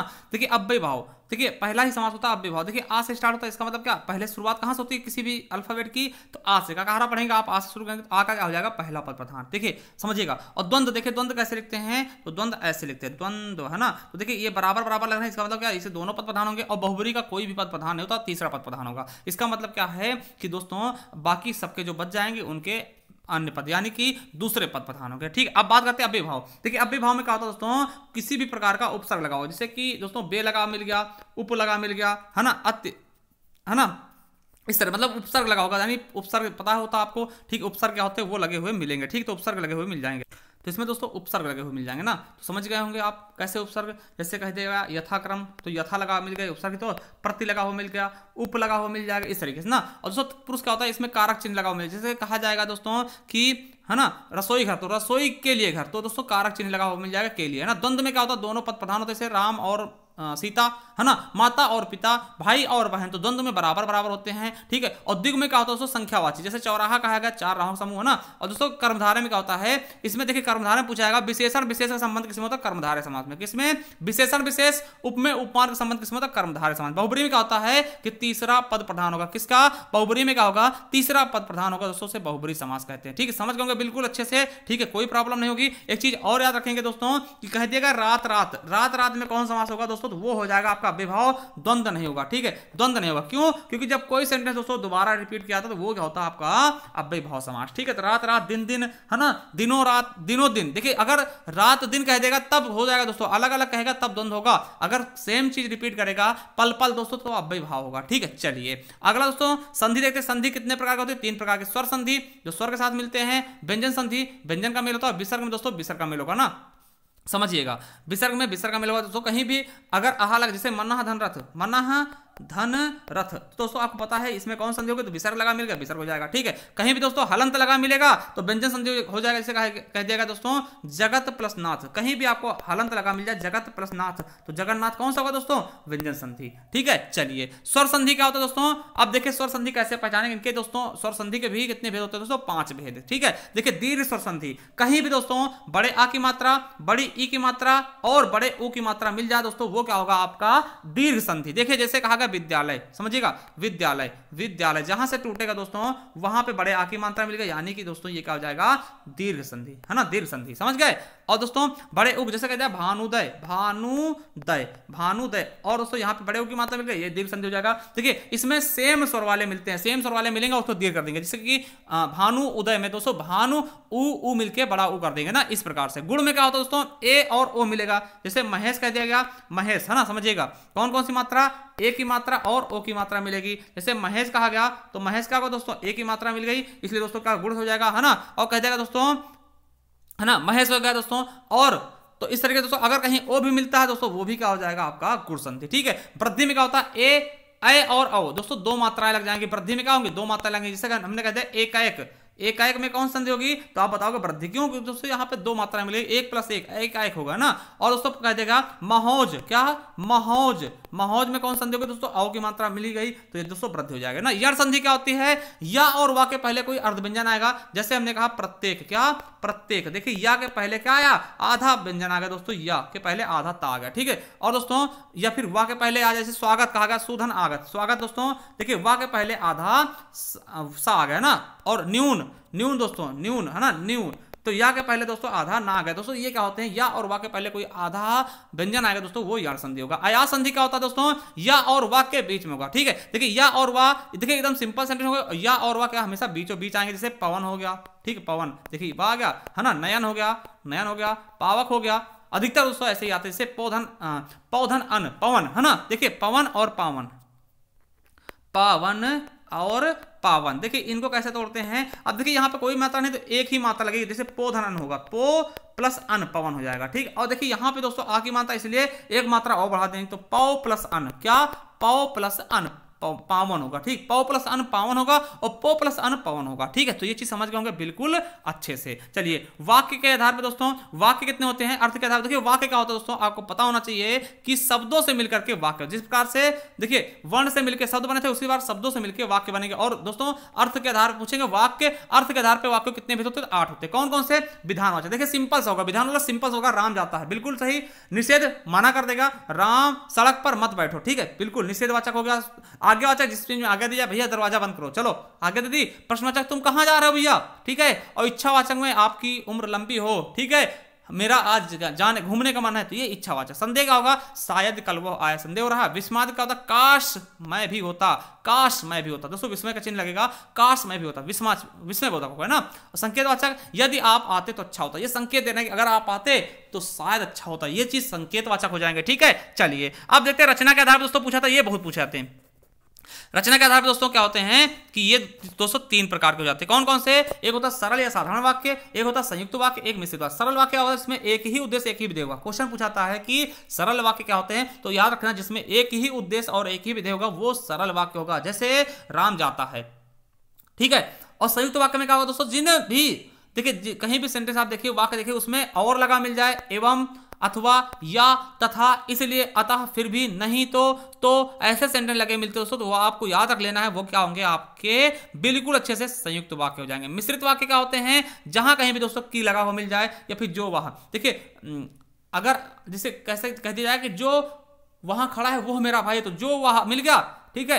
जैसे कहते जितना आप करोगे उतना ही धन मिलेगा दोस्तों, तो ये भी क्या होगा, मिश्रित होगा। जैसा करोगे वैसा भरोगे तो मिश्रित होगा दोस्तों। जब आएगा तब आएगा ना, जब वो आएगा तब मैं भी आऊंगा, ऐसे सेंटेंस क्या है दोस्तों, मिश्रित वाक्य, जो रैमी शब्द जैसे होते हैं ना, यदि तो अगर तो, है ना। जैसे कहते हैं यदि पढ़ते तो पास हो जाते, अगर पढ़ते तो पास होते, तो ये भी सेंटेंस क्या होगा, मिश्रित वाक्य, समझ गए होंगे। जिसमें दोस्तों और, एवं, अथवा, तथा, इसलिए, फिर भी, नहीं तो, किंतु, किंतु, परंतु, अपितु, बट, लेकिन ऐसे सेंटेंस पाए जाएंगे वो संयुक्त वाक्य होंगे।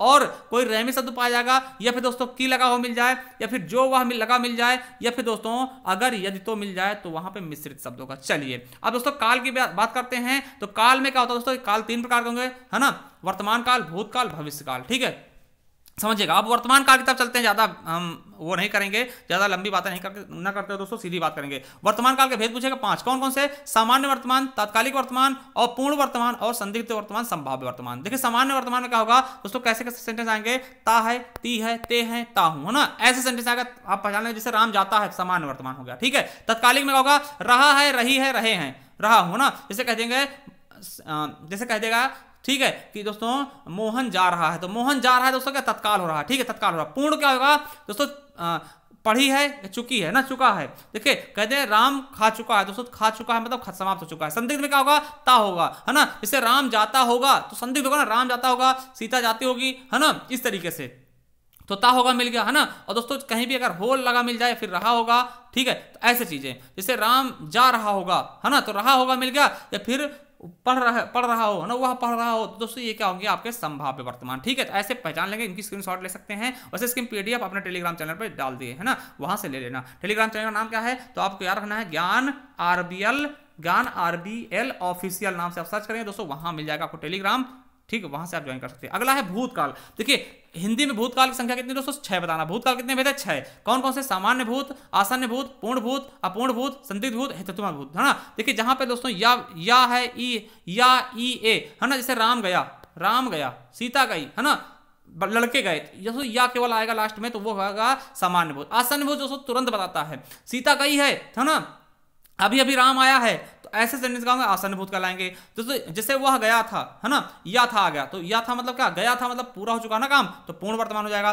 जैसे राम जा रहा था, तो रहा था, रही थे, रहे थे, ऐसे आएंगे तो अपूर्ण भूत हो जाएगा। क्या हो जाएगा, अपूर्ण भूत हो जाएगा। और राम गया होगा, क्या, राम गया होगा, सीता गई होगी, है ना। इस तरीके से दोस्तों या होगा, ई होगी, तो दोस्तों संदिग्ध भूत हो जाएगा। और हेतुत्वमान भूत क्या होगा दोस्तों, ता तीते, है ना। जैसे वह जाति, तो वह जाति मतलब क्या, गई नहीं है दोस्तों, कंडीशनल होता तो वो हेतुत्वमान हो जाएगा ना। चलिए अगला है भविष्य काल। भविष्य काल आपको पता है जो आने वाला काल होगा उसको भविष्य बोलेंगे। इसके 3 भेद होते हैं, 3 भेद हो जाएंगे, ठीक, सामान्य भविष्य, संभाव्य भविष्य, हेतुत्वमान भविष्य ना। इसमें गागी के राम जाएगा, है ना, ये हो जाएगा। और देखिए संभाव्य भविष्य में क्या होता है कि शायद, संभव, लगता है, कदाचित, हो सकता है, ऐसे सेंटेंस जैसे हो सकता है कल बारिश होगी, है ना। तो दोस्तों ये क्या होंगे, संभाव्य हो जाएंगे, ठीक है। और देखो शर्त लगाने वाले, जैसे तुम पढ़ोगे तो पास हो जाओगे, ऐसे सेंटेंस क्या होते हैं आपके भविष्य काल में आ जाएंगे। तो एक बार दोबारा देखते हैं, एक बार दोबारा देखिएगा कितने भेद हैं वर्तमान काल के दोस्तों, कितने, 5 भेद है, सामान्य, तत्कालिक, पूर्ण, संदिग्ध और संभाव्य, ठीक है। इनके पहचान लिखे हैं बगल में, ठीक है। और भूत के दोस्तों 6 भेद हैं, सामान्य, आसन्न, पूर्ण, अपूर्ण, संदिग्ध और हेतुत्वमान। और दोस्तों भविष्य के 3 भेद हैं, सामान्य, संभाव्य, हेतुत्वमान, ठीक है।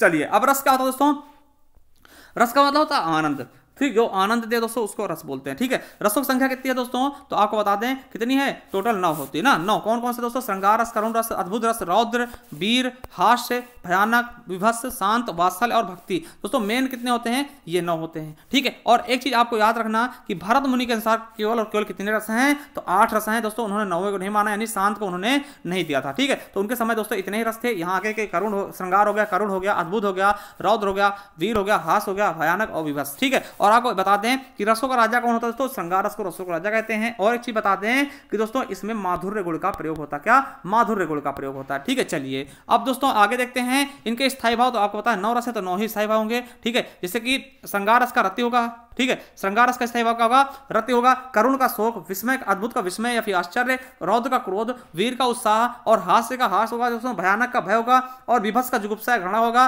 शांत का निर्वेद होगा और स्नेह का वात्सल्य होगा, ठीक है। वात्सल रति भी कहते हैं, ठीक है। अनुराग दोस्तों ये बाद में जाएगा, भक्ति का अनुराग हो जाएगा ना। और भरत मुनि के अनुसार दोस्तों 8 ही रस हैं और 8 ही स्थायी भाव की संख्या है, ठीक है। कौन से को रस नहीं माना, तो शांत रस को उन्होंने रस नहीं माना था, ठीक है। तो याद रखेंगे। और भरत मुनि की रचना कहां, कौन से, नाट्य शास्त्र में। कौन सी, भरत मुनि की कौन सी रचना, नाट्य शास्त्र है दोस्तों, ये चीज याद रखेंगे। नाट्य शास्त्र में उन्होंने रसों का वर्णन किया था। चलिए रस के अंग बात करते हैं दोस्तों, तो रस के 4 अंग होते हैं, विभाव, अनुभाव, संचारी भाव और स्थायी भाव। देखिए और भरत मुनि के अनुसार 3 ही भाव हैं, 3 ही दोस्तों रस के अंग है। कौन कौन से, विभाव, अनुभाव, संचारी भाव। दोस्तों उन्होंने स्थायी भाव को रस का अंग नहीं माना। देखिए विभाव कितने होते हैं, आश्रयलंबन, ठीक है। देखिए विभाव कितने होते हैं, 2। कौन सा, आलंबन और उद्दीपन। देखिए जो आलंबन है वो भी 2 प्रकार होते हैं, आश्रयलंबन और विषयालंबन। देखिए मान लिया राम के रूप निहार जानक कंगन के नक्की परछाई ना। देखिए राम को कौन देख रही, सीता जी ना, सीता जी। अब देखिए सीता कौन होगी, ये देखिए ये देख रही, तो मतलब क्या, ये आश्रय होंगे। और विषय कौन होंगे, राम जी। तो इस तरीके से उद्दीपन क्या होगा दोस्तों,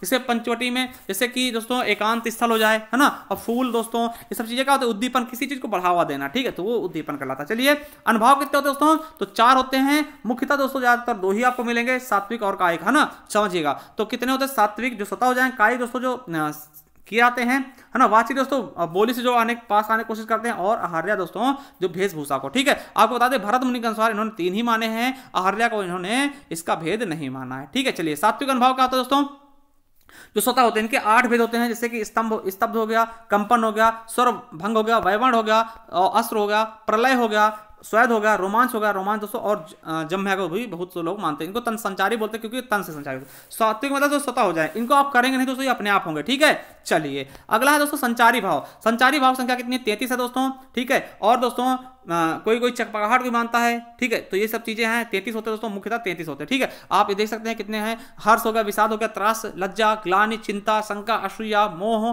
ठीक है, गर्व, उत्सुकता, अमर्ष, उग्रता, चपलता, दीनता, जड़ता, आवेग, निर्वेद, धृति, मति, विबोध, वितर्क, श्रम, आलस्य, निद्रा, स्वप्न, स्मृति, मद, उन्माद, मरण, अपस्मार, व्यधि, अवहित्या। दोस्तों ये हैं पूरे 33 संचारी भाव, ठीक है। तो याद रखेंगे। और संचारी भाव दोस्तों देखिए, पानी में उठते हुए बुलबुलों के समान किसने बताया है, तो भरत मुनि ने। कितने, भरत मुनि ने दोस्तों इनको पानी में उठते हुए बुलबुलों के समान बताया है। चलिए, अलंकार दोस्तों आपको पता है मुख्यतः दो होते हैं, शब्दालंकार जिनमें शब्दों से दोस्तों चमत्कार होता है, अर्थालंकार जिसमें अर्थों से, उभयालंकार दोस्तों ये दोनों मिक्स करके बन जाते हैं, ठीक है। चलिए, शब्दालंकार के जो भेद देखते हो, अनुप्रास होता है। अनुप्रास क्या होता है दोस्तों, जिनमें एक ही वर्ण कई बार आता है। देखिए, एक ही वर्ण कई बार होगा तो आपको वहां पे क्या होगा, अनुप्रास अलंकार। जिससे कह दिया गया है दोस्तों, है ना, रघुपति राघव राजा राम, रघुपति राघव राजा राम बहुत बार पूछा गया दोस्तों, रा की आवृत्ति कई बार आई, ठीक है। तो वहां पे अनुप्रास हो जाएगा। देखिए, श्लेष क्या होता है, एक ही शब्द के कई अर्थ निकले, एक ही शब्द के कई अर्थ निकले। जैसे भिखारी को देख पट बार बार देते, भिखारिन को देख, भिखारिन को देख पट बार बार देते, पट बार बार देते, बार बार देता है। देखिए, अब देखिए पट शब्द आया एक बार, मगर इसके अर्थ दो निकलेंगे। देखिए, पट मतलब क्या होता है, दरवाजा, और पट मतलब होता है दोस्तों कपड़े। कोई लोग भिखारी को देखकर दोस्तों दरवाजा बंद कर लेंगे, कहें अम्मा भी घर पे नहीं है ना, जाओ जाओ बाबा, अम्मा घर पे नहीं था। तो कुछ लोग भिखारी देकर दरवाजा बंद कर लेंगे, और कुछ लोग दोस्तों कपड़े देते, दादा ठंडी कपड़े ले लो, आप कपड़े पहन लेना, ठीक है। तो ये दोस्तों पट के शब्द, जहां कहीं भी एक शब्द के दोस्तों कई अर्थ निकले, वहां पे आपके क्या होगा, एक शब्द के कई अर्थ निकले दोस्तों, वहां पे क्या होगा, श्लेष अलंकार, ठीक है। चलिए, अगला जैसे रहीमन पानी राखी, वो भी है ना। यमक अलंकार में दोस्तों देखिए, एक शब्द एक से अधिक बार आएगा, कोई भी शब्द दोस्तों अधिक बार आएगा और उसके अर्थ भी अलग अलग होंगे। जैसे कहा गया क्या कि दोस्तों 3 बेर खाती थी वह 3 बेर खाती है, 3 बेर खाती थी, 3 बेर खाती थी वह 3 बेर खाती। देखिए, 3 बेर 2 बार आया है। एक 3 बेर का अर्थ होगा सुबह शाम दोपहर, एक 3 बेर का अर्थ होगा कि 3 बैरी दोस्तों फल वाली, ठीक है। जैसे सजना है, सजना के लिए दोस्तों, सजना है सजना के लिए। अब सजना दोस्तों एक होता है दोस्तों पिया, है ना, जो दोस्तों दूल्हा होता है ना, और एक सजना होता है श्रृंगार करना। तो सजना मुझे सजना के लिए 2 बार सजना आया, दोनों का अर्थ अलग अलग हो गया, ठीक है। चलिए, यमक हो गया। और दोस्तों वक्रोक्ति क्या होता है, कहने वाला कुछ और कहता है, सुनने वाला कुछ और कहे। जैसे कि हम आपसे कहते हैं कि भैया जाओ मत बैठो, जाओ, ठीक है, क्या कहते हैं, जाओ मत बैठो, मत जाओ मत बैठो, है ना। इसका मतलब आप रुक जाएंगे, ठीक है। और हमने मान लिया कहा जाओ मत बैठो, ठीक है। और हमने दोस्तों यहां पे अगर ये लगा दिया तो जाओ मत बैठो, इसका मतलब चले जाओ, है ना। और आपने सुना कि जाओ मत बैठो, आप रुक जाएंगे, ठीक। तो ये सुनने में थोड़ा सा फेर होता है, वही कहते हैं वक्रोक्ति, ठीक। विप्सा क्या होता है, जो दोस्तों भाव को बोधित करने के लिए दोस्तों दो किसी चीज को हम दोहरा देते हैं, छी छी, है ना, ऐसे। चलिए, अगला अर्थालंकार जिसमें अर्थगत चमत्कार होता है। जैसे उपमा में क्या होता है दोस्तों, इसमें सासी से सरिस ऐसे सेंटेंस पाए जाएंगे, वो उपमा होगा, ठीक है। जैसे हरिपद कोमल कमल से, ठीक है, उपमेय उपमान, है ना, वाचक और साधारण कर्म, ये चीजें होंगी। रूपक क्या होता है, किसी चीज को रूप ही दे देना। और सो उत्प्रेक्षा में क्या होता है, मनु मानो जन जानो, समझिएगा। जैसे हमने कहा कि देखिए जब दोस्तों क्या होते हैं कि किसी लड़की के माँ बाप जाते हैं दोस्तों लड़का देखने, ठीक है, लड़का देखने जाएंगे तो घर में आएंगे, बोलेंगे दोस्तों क्या कि लड़का हीरा जैसा है, ठीक है, हीरा सा है, कहेंगे लड़का हीरा सा है, कहें एकदम लड़का समझ लो हीरा सा है, हीरा सा है ना, हीरा सा। तो दोस्तों हीरा सा मतलब इसकी तुलना कर रहे हैं हीरा से, तो दोस्तों क्या होगा, उपमा। अब कहते हैं दोस्तों लड़का हीरा है। अब देखिए समझिए, लड़का क्या है, हीरा है ना, वो सा कह दिया, ऐसे हीरा सा है, तो दोस्तों उपमा हो गया। अब कहते हैं लड़का जो है हीरा है, क्या है, लड़का हीरा है। हीरा है मतलब क्या दोस्तों, तुलना नहीं कि एकदम रूप ही दे देगा, मतलब हीरा है, तो दोस्तों क्या हो जाएगा, रूपक है। देखते नहीं कि जैसे लड़का वाले जाएंगे कहीं लड़की गाय है, लड़की गाय है, मतलब गाय है मतलब क्या, मतलब रूप दे दिया। गाय सी है तो सी होगा दोस्तों क्या, उपमा हो जाएगा, है ना। और गाय है, लड़की एकदम गाय है, दोस्तों क्या, रूपक हो गया ना। अब कहेंगे मानो लड़का गाय है, सॉरी मानो लड़की गाय है, मानो लड़की एकदम गाय है ना। तो मानो मतलब क्या, जन जानो मन मानो, मतलब कि मतलब क्या, संभावना व्यक्त कर दी। मानो लड़की एकदम गाय है, फिर बोलेंगे मानो लड़का एकदम हीरा है, तो वो उत्प्रेक्षा हो गया। अब देखिए भ्रांतिमान संदेह में दोस्तों, देखिए भ्रम मतलब क्या, किसी चीज को देख के एकदम 100% भ्रम हो जाए तो भ्रांतिमान होगा, और 50-50% चांस है तो वो संदेह होगा। देखिए हमने शाम को क्या कहा, रात में दोस्तों रस्सी को देखा और समझ बैठे सांप है, दोस्तों सांप ही है, डर गए, सांप है ना, तो दोस्तों एकदम 100% भ्रम हो गया, तो दोस्तों भ्रांतिमान हो गया। अब दोस्तों रात में रस्सी देखी और रस्सी पड़ी थी, उसको हमने देखा, हम सोचा दोस्तों ये पता नहीं रस्सी है कि सांप है, पता नहीं रस्सी है कि सांप है, 50-50% चांस होगा, तो वहां पे संदेह होगा। जैसे सारी बिच नारी है, किनारी बिच सारी है, सारी ही किनारी है, किनारी की सारी है, मतलब क्या, पता नहीं सारी है किनारी है, सारी है किनारी, देखिए संदेह हो रहा है, 50-50% चांस हो रहा है, तो वहां पे संदेह हो जाएगा ना। अतिशयोक्ति किसी चीज को बढ़ा चढ़ा के वर्णन करना है ना, किसी चीज को बढ़ा चढ़ा के वर्णन करना, वही अतिशयोक्ति होता है ना। ठीक है, चलिए, जैसे लहरें व्योम चूमती उठती, मतलब लहरें कहां, आकाश को चूम रहे, बहुत ज्यादा बढ़ा चढ़ा के वर्णन कर रहे हैं ना। देखिए विरोधाभास का होता है किसी चीज को विरोध करना, ठीक है, किसी चीज का विरोध करना, भर लाऊं सीपी में सागर प्रिय अब मेरी हार विजय का, है ना, ऐसी चीजें। देखिए विशेषोक्ति का होता है जहां पे कारण के न होते हुए भी कार्य हो जाए, है ना, वहां पे विशेषोक्ति होता है। जैसे कहा जाए क्या, समझ, सॉरी, जहां पे कारण के होते हुए भी काम ना हो, जैसे कि पानी बिच मीन, मीन प्यासी। अब देखिए पानी के अंदर मछली है, मछली फिर भी प्यासी, तो विशेषोक्ति हो गया ना। और विभावना उसका उल्टा होता है, जहां पे कारण के होते हुए भी काम ना हो, सॉरी, कारण के ना होते हुए भी काम हो जाए। जैसे कि दोस्तों बिनु पद चले सुने बिनु काना, है ना, बिना पैर के चल रहा, दोस्तों चलने के लिए पैर चाहिए मगर फिर भी चल रहा। अनुक्ति का होता है दोस्तों किसी और माध्यम से दोस्तों किसी को कहना, ठीक, अनुक्ति कहलाता। चलिए छंद दोस्तों, छंद एक तरीके से कानून होता है दोस्तों, जैसे कि आपको पता है कि मनुष्यों के लिए दोस्तों आईपीसी होती है, उसी प्रकार से, है ना, रचनाओं के लिए छंद होती है, ठीक। ये दोस्तों हमेशा पद में यूज होते हैं, पद में, ठीक है। देखिए जैसे कहा गया कि भैया अगर 16 मात्रा नहीं होगी तो आप चौपाई से बाहर होंगे, 13-11 मात्रा नहीं होगी, दोहा से बाहर हो जाएंगे ना, इस तरीके से। तो छंद की छंद दोस्तों, छंद के भेद कितने होते हैं, हमने छंद की, देखिए इनकी आपको मैराथन वीडियो भी मिल जाएंगे, आप हमारे प्लेलिस्ट पे जाएंगे, वहां पे हर एक चीज की मैराथन, हमने वर्णमाला पढ़ना, वर्णमाला मैराथन मिल जाएगा। अलंकार, देखिए अलंकार एक में ही सब कुछ समझा दिया दोस्तों, 2 घंटे होगी, अगर ले लेते तो कभी आपको पढ़ना ही नहीं पड़ेगा, ठीक है। देखिए मात्रिक छंद, मात्रिक छंद दोस्तों इसमें मात्राओं का मात्रा गिनी जाती है। वर्णिक छंद में दोस्तों वर्ण गिने जाएंगे, और मुक्त छंद में दोस्तों कुछ भी नहीं गिना था ना। और मुक्त छंद का प्रयोग सबसे पहले निराला जी ने किया था जूही की कली नामक कविता में, तो ये चीजें याद रखेंगे। चलिए देखते हैं, देखिए मात्रिक छंद का होता है दोस्तों 3 प्रकार का सम मात्रिक, जिनमें दोस्तों सभी मात्राएं बराबर होगी सब में। जैसे अहिर में 11-11, तोमर में 12-12, चौपाई में 15-15, चौपाई में दोस्तों ये इंपॉर्टेंट, चौपाई में 16-16, रोला में 24-24 इंपॉर्टेंट है, गीतका में 26-26, हर गीतका में 28-28, वीर और आल्हा दोस्तों 31-31, सार में दोस्तों 28-28, और सरसी में 27-27, राधिका में 22-22, और पीयूष वर्ष में दोस्तों 19-19, ठीक। तो ये होते हैं सम मात्रिक, जिसमें सभी में क्या होगी, बराबर बराबर मात्रा होंगी, ठीक, सभी चरणों में बराबर बराबर मात्रा है। अर्ध सम, जिसमें दोस्तों सम और विषम, ठीक है, विषम सम में दोस्तों देखिए विषम चरण में 13-13 मात्राएं, और सम चरण में 11-11, ठीक, इस तरीके से, मतलब दोनों में अलग अलग होंगी, ठीक है। जैसे दोहा दोस्तों 13-11, सोठा दोस्तों इसका उल्टा, तुरंत उल्टा दोस्तों, सोठा, दोहा का सोठा उल्टा होता है दोस्तों, देखिए दोहा में 13-11 है तो सोठा में 11-13 हो जाएंगे, ठीक है। बरगो में 12-7, उल्लाला में 15-13, तो ये याद रखेंगे दोस्तों। अर्धसम का होता है जिनमें के आधे आधे मिलते हैं ना, इस प्रकार वाली लाइनें, इधर वाली लाइनें मिलेंगी और इधर वाली लाइनों की मात्राएं मिलेंगी ना, इसमें विषम चरण के विषम में मिलेंगे और सम चरण के सम में मिल जाएंगे, ठीक है। चलिए अगला है विषम मात्रिक छंद दोस्तों, 2 प्रकार के होते हैं, जो इनको हम संयुक्त छंद भी कहते हैं, क्योंकि ये 2 से मिलकर बनते हैं, ठीक है। इनमें कुछ भी नहीं मिलता, कोई भी चरण नहीं मिलता। जैसे कुंडलियां दोस्तों, ये दोहा और रोला से मिलकर बनेगी, इनके लिए हमने बताया था शॉर्ट ट्रिक। कुंडलियां किसके पास होती है, आपकी डॉक्टर, भाई आप बीमार हैं तो आपको डॉक्टर चाहे तो सही कर दे, चाहे तो बीमार कर दे, सर ऐसा होता नहीं दोस्तों, हम समझाने लिए बता रहे हैं। तो डॉक्टर क्या कहता है दोस्तों, कुंडलियां आपकी हमारे पास, तो डॉक्टर से डी आर से डॉक्टर लिखते हैं, डी मतलब दोहा रख लेना और आर मतलब रोला, तो डॉक्टर किसके कुंडलियां देखता है दोस्तों, आपके दोहा और रोला, डी आर दोहा रोला। छप्पे दोस्तों, छप्पे का छत पे, छत पे कौन दोस्तों, आर तुम हो, कहीं छत पे कौन है तो आर यू तुम हो, आर मतलब होता है दोस्तों, आर से रोला हो जाएगा, यू से उल्लाला, तो आर यू, छत पे कौन, छप्पे कौन, आर यू तुम हो ना, आर से मतलब होता है ना, इंग्लिश में कहते हैं आर मतलब हो, यू मतलब तुम, है ना, तो तुम ही तो हो छत पे ना, तो ऐसे याद कर लेंगे, छत पे कौन है, छप्पा मतलब छत पे, है ना, कौन है तो आर यू, तुम ही तो हो ना। चलिए अब दोस्तों वर्णिक छंद का होता है जिनमें वर्ण गिने आते हैं, तो वर्ण में देखिए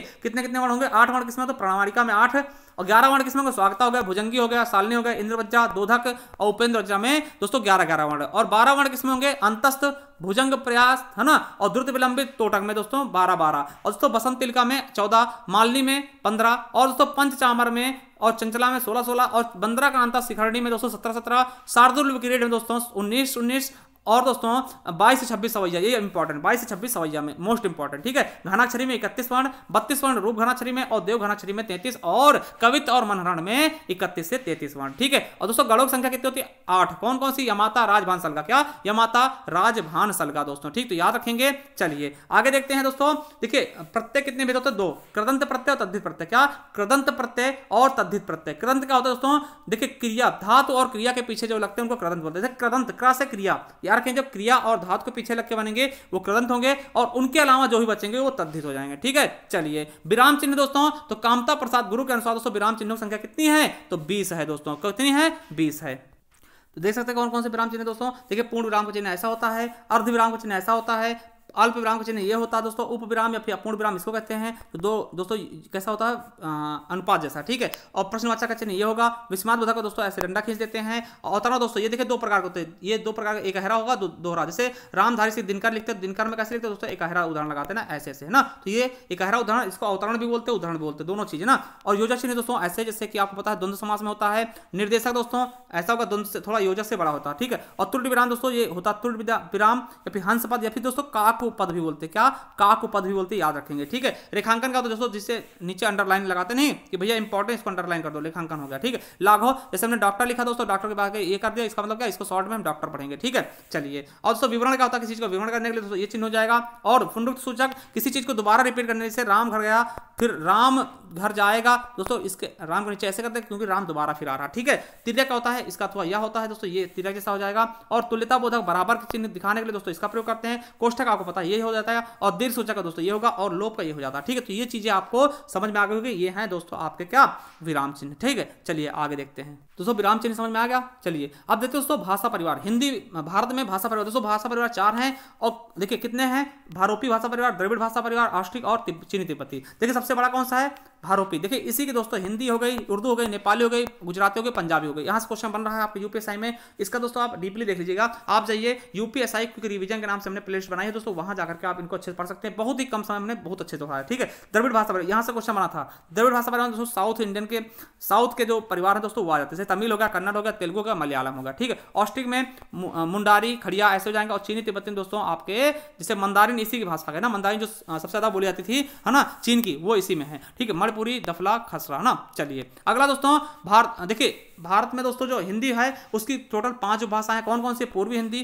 पश्चिमी हिंदी, बिहारी हिंदी और राजस्थानी हिंदी, पहाड़ी हिंदी, ठीक। तो याद रखेंगे दोस्तों, बहुत इंपॉर्टेंट। कितने उपभाषाएं हैं दोस्तों, उपभाषा कितनी हिंदी की, तो 5 है, ठीक है। चलिए पहली हो गई पूर्वी हिंदी। तो पूर्वी हिंदी दोस्तों कहां से निकली, तो अर्धमागधी, समझिएगा कहां से निकली है, अर्धमागधी। और इसके अंदर कौन कौन सी भाषाएं आएंगे, तो ABC याद रखें, क्या ABC, ए से अवधी, बी से बघेली, सी से छत्तीसगढ़ी, क्या ABC। बहुत बार पूछा जा रहा है दोस्तों, एक क्वेश्चन बन है ABC अवधी बघेली छत्तीसगढ़ी। पूर्वी हिंदी के अंतर्गत कौन कौन सी, ABC अवधी बघेली छत्तीसगढ़ी। दोस्तों अवधी अपने यहाँ बोली जाती है ना, अपने हमारे यहाँ लखनऊ में अवधी। आप कहाँ से हैं दोस्तों, वहां कौन सी बोली जाती है आप हमें जरूर बताइएगा, ठीक है। पश्चिमी हिंदी के अंतर्गत दोस्तों, पश्चिमी हिंदी कहां निकली, सौरसेनी, सौरसेनी दोस्तों, ठीक है। ब्रजभाषा कन्नौजी, बुंदेली, हरियाणवी, खड़ी बोली, ठीक है। ब्रजभाषा दोस्तों काव्य भाषा, ठीक। और दोस्तों खड़ी बोली को मानक हिंदी बोलते हैं, ठीक, ये भी याद रखेंगे। ब्रजभाषा है ना, कन्नौजी, बुंदेली, हरियाणवी और खड़ी बोली। दोस्तों वहीं बिहारी भाषा की बात करते हैं, बिहारी के अंतर्गत कौन कौन से आएंगे, मैथिली, मगही, भोजपुरी। आपको बता दें मैथिली एकमात्र बोली है, एकमात्र हिंदी की बोली है जो कि दोस्तों आपके 22वीं अनुसूची में शामिल है, ठीक है। चलिए दोस्तों अब कब मैथिली, मगही, भोजपुरी आपको पता है कब, ठीक है। मैथिली, मगही, भोजपुरी, और भोजपुरी सबसे ज्यादा बोली जाने वाली हिंदी की बोली है। चलिए अब दोस्तों राजस्थानी की बात करते हैं दोस्तों, कौन कौन से जाएंगे, जयपुरी, मारवाड़ी, मेवाती और मालवी। देखिए ये पूर्वी राजस्थानी, ये पश्चिमी और ये उत्तरी, ये दक्षिणी। ये मालवी है दोस्तों, चौथा दिख नहीं रहा होगा। और सौरसेनी ब्रज निकली। पहाड़ी के अंतर दोस्तों गढ़वाली, कुमायूनी और नेपाली दोस्तों टोटल 18 बोलियां हो जाएंगी, ठीक, याद रखेंगे। हिंदी में टोटल 18 बोलियां हैं। एक चीज और आपको बता दें, जो अभ्रंश है इनको याद रखेंगे। कैसे याद रखेंगे, देखिए समझिएगा। देखिए बिहार के पास क्या था, मगध, तो इसीलिए इसको याद रखेंगे मगधी से निकली, ठीक है। और आपको पता है कि दोस्तों, आपको पता है क्या कि जो ये ब्रज भाषा है कन्नौजी दोस्तों, ये कहां बोला था, तो मथुरा के पास। तो मथुरा पहले सूरसेन कहते थे, इसलिए सौरसेनी याद रख लेंगे। और देखिए मथुरा से टच क्या है दोस्तों, आपका राजस्थान, तो ये भी सौरसेनी हो जाएगा। और आपको पता है दोस्तों कि बिहार से क्या है टच दोस्तों, आपका पूर्वी उत्तर प्रदेश। तो दोस्तों बिहार से टच है तो इसको मगधी नहीं बोलेंगे, अर्धमागधी बोल देंगे। तो याद हो गया, बिल्कुल अच्छे से याद हो गया भाई। मगध में है तो मगध कहां है, बिहार, तो मगधी हो गया, ठीक। और मगध से टच हुआ क्या है, पूर्वी उत्तर प्रदेश, मगध से टच है ना, बिहार से टच तो है भैया अपना। जो आपको बताते हैं कि उत्तर प्रदेश दोस्तों सीमा बलिया जो है बिहार से टच है ना, इसीलिए इसको अर्धमगधी बोल देंगे। और सौरसेनी, देखिए सूरसेन किसको, मथुरा को बोलते थे, मथुरा के आसपास की बोलियां सूरसेनी हो जाएंगी। और राजस्थान भी इससे टच करता है, इसीलिए वहां भी सौरसेनी हो जाएगी। और जो पहाड़ी हिंदी वो खस से निकली, ठीक है। चलिए अब दोस्तों हिंदी साहित्य के इतिहास की बात करते हैं। तो हिंदी साहित्य इतिहास दोस्तों 4 भागों में बटा है, ठीक। आदिकाल, भक्तिकाल, रीतिकाल, आधुनिक काल, ठीक है। अब दोस्तों आधुनिक काल को भी कितने भागों में बांटते हैं, 6 भागों में बांट के हम पढ़ते हैं। रासो साहित्य, राज साहित्य, सिद्ध साहित्य, नाथ साहित्य, लौकिक साहित्य और अपभ्रंश साहित्य। जिसमें दोस्तों हम रासो साहित्य को चारण साहित्य कहते हैं, राज साहित्य को जैन साहित्य कहते हैं, इसमें जैन धर्म का मिलता साहित्य, और सिद्ध साहित्य को बौद्ध साहित्य बोलते हैं, और नाथ साहित्य को शैव साहित्य कहते हैं। देखिए इसका हमने जो 12 घंटे वीडियो बनाई है या फिर दोस्तों 5 घंटे वीडियो, उसमें आप अच्छे से पढ़ सकते हैं, बहुत ही बेहतरीन ढंग से, ठीक है। चलिए अब दोस्तों भक्तिकाल को हम 2 भागों में बांटते हैं, सगुण भक्तिकाल और निर्गुण भक्तिकाल। सगुण को भी 2 भागों में बांटते हैं, रामाश्रयी, कृष्णाश्रयी। दोस्तों रामाश्रयी में आपको पता है तुलसीदास और कृष्ण संयम दोस्तों सूरदास, है ना। तो ये सब चीजें दोस्तों आपको पता होनी चाहिए। आप डीपली पढ़ेंगे दोस्तों 12 घंटे वाली क्लास, तो उसमें सब कुछ आ जाएगा। एक बार पढ़ लीजिएगा उसको समय निकाल के, ठीक है। लिंक हम नीचे डिस्क्रिप्शन में दे देंगे दोस्तों, ठीक है। चलिए निर्गुण काव्य दूसरा हो जाए निर्गुण, इसमें संत काव्य होगा और सूफी काव्य। संत काव्य में दोस्तों कबीरदास जी, और सूफी में दोस्तों आपको पता मलिक मोहम्मद जायसी जी आएंगे। तो दो भागों में बांटते हैं भक्ति काल को, सगुण और निर्गुण। और सगुण को भी दो भागों में रामाश्रय कृष्णाश्रय, और निर्गुण को भी दो भागों में संत काव्य दोस्तों, और सूफी काव्य दोस्तों मुस्लिम वाले, ठीक है। चलिए रीतिकाल को दोस्तों तीन भागों में बांटते हैं, रीत सिद्ध, रीतबद्ध और रीत मुक्त, है ना। रीत सिद्ध, रीतबद्ध और रीत मुक्त। चलिए अब दोस्तों बात करते हैं आधुनिक काल। क्या आधुनिक काल की, तो ये दोस्तों याद रखेंगे आधुनिक काल को हम बांटते हैं दोस्तों, ये चौथा है। और आधुनिक काल दोस्तों 1900 विक्रम संवत से अब तक चला रहा। तो देखिए 1843 से 1857 तक संक्रांति काल चला। और पुनर्जागरण काल आप देख लीजिएगा, पुनर्जागरण काल को ही हम भारतीय कहते हैं। 1857 से 1900 ईस्वी तक चला, ठीक। 1857 से 1900 ईस्वी तक चला है। और दोस्तों फिर जागरण या फिर द्विवेदी युग, जागरण काल को ही द्विवेदी युग कहते हैं। 1900 ईस्वी से लेकर के 1918 तक चला है। फिर छायावाद युग को दोस्तों कब से कब तक चला, तो 1918 से 1936 तक। प्रगतिवाद युग कब से कब तक चला, तो 1936 से 1943। और प्रयोगवाद दोस्तों चला है 1943 से 1952 तक। नई कविता 1952 से 1960 तक। और साठोत्तरी कविता दोस्तों 1960 से 1990 तक। और समकालीन कविता दोस्तों 1990 से अब तक, ठीक है। तो ये दोस्तों चला दोस्तों, यही आज तक ये हमारा वीडियो था आज का। और दोस्तों आपको बता दें कि अगर कंप्लीट हिंदी चाहिए दोस्तों, हिंदी साहित्य इतिहास दोस्तों, तो इसकी आपको पीडीएफ मिल जाएगी दोस्तों हमारे चैनल पे, ठीक है। इसको दोस्तों आप 50 रुपये आपको पे करने होंगे, ठीक है। ये दोस्तों 79054, इस पर आप 50 रुपये पे करके दोस्तों हमसे ये पूरी संपूर्ण हिंदी, देखिए ये नहीं दोस्तों, ये जो पढ़ाए तो शॉर्ट में था, एक बेहतरीन ढंग से दोस्तों लगभग दोस्तों 180 पेज की होगी, ठीक है। अगर आप इसे परचेस कर लेते हो दोस्तों, आपको चाहिए तो ये ले सकते हैं दोस्तों। ये हिंदी साहित्य इतिहास होगा। या फिर दोस्तों इसका लिंक भी नीचे देंगे, वहाँ डायरेक्ट आप परचेस कर सकते हैं, ठीक। 50 रुपये आप इस पर पे कर सकते हैं। और दोस्तों ग्रामर की 50 रुपये की, और हिंदी बोली की 25 रुपये की। अगर टोटल जाते हैं 125 रुपये दोस्तों, आप इसी नंबर पर पे करके हमसे ले सकते हैं। और दोस्तों जो ये पीडीएफ हमने पढ़ाया है, इसकी अगर पीडीएफ चाहिए दोस्तों, हमारे टेलीग्राम चैनल ज्वाइन कर सकते हैं। जो ये पीडीएफ है, इसको क्विक रिवीजन के लिए दोस्तों आप टेलीग्राम चैनल जिसका नाम है ज्ञान RBL ऑफिशियल नाम से, ठीक है। तो इसको ज्वाइन कर लीजिएगा। यहाँ पे दोस्तों पिन हुई मिल जाएगी, ये पिन किया है हमने पीडीएफ को, ठीक है। तो ये देख लीजिएगा, यहाँ मिल जाएगी। और दोस्तों आपसे एक बार और कहते हैं कि एक बार आप दोस्तों हमारी 12 घंटे वाली क्लास जरूर देखिएगा, ठीक है। और संविधान की जो 2 घंटे क्लास है उससे जरूर देखकर जाइएगा, बहुत ज्यादा फायदा आपको मिलने वाला। चलिए दोस्तों मिलते हैं नेक्स्ट वीडियो, तब तक के लिए जय हिंद, जय Bharat, Vande Mataram. Thank you all of you, और बेस्ट ऑफ लक आपकी परीक्षा के लिए। मैं संदीप एक बार फिर से दोस्तों आप सभी का मतलब कि कैसे थे धन्यवाद देता हूं, ठीक है। मैं अपने रायबरेली जिले उत्तर प्रदेश से। थैंक यू, धन्यवाद। चलिए दोस्तों जय हिंद। और दोस्तों अगर देखिए अगर आपको अच्छा लगा तो एक बार लाइक जरूर कर दीजिएगा, और चैनल सब्सक्राइब कर लीजिएगा, क्योंकि ऐसे वीडियो हम लाते रहेंगे। थैंक यू, धन्यवाद। मिलते हैं नेक्स्ट वीडियो में।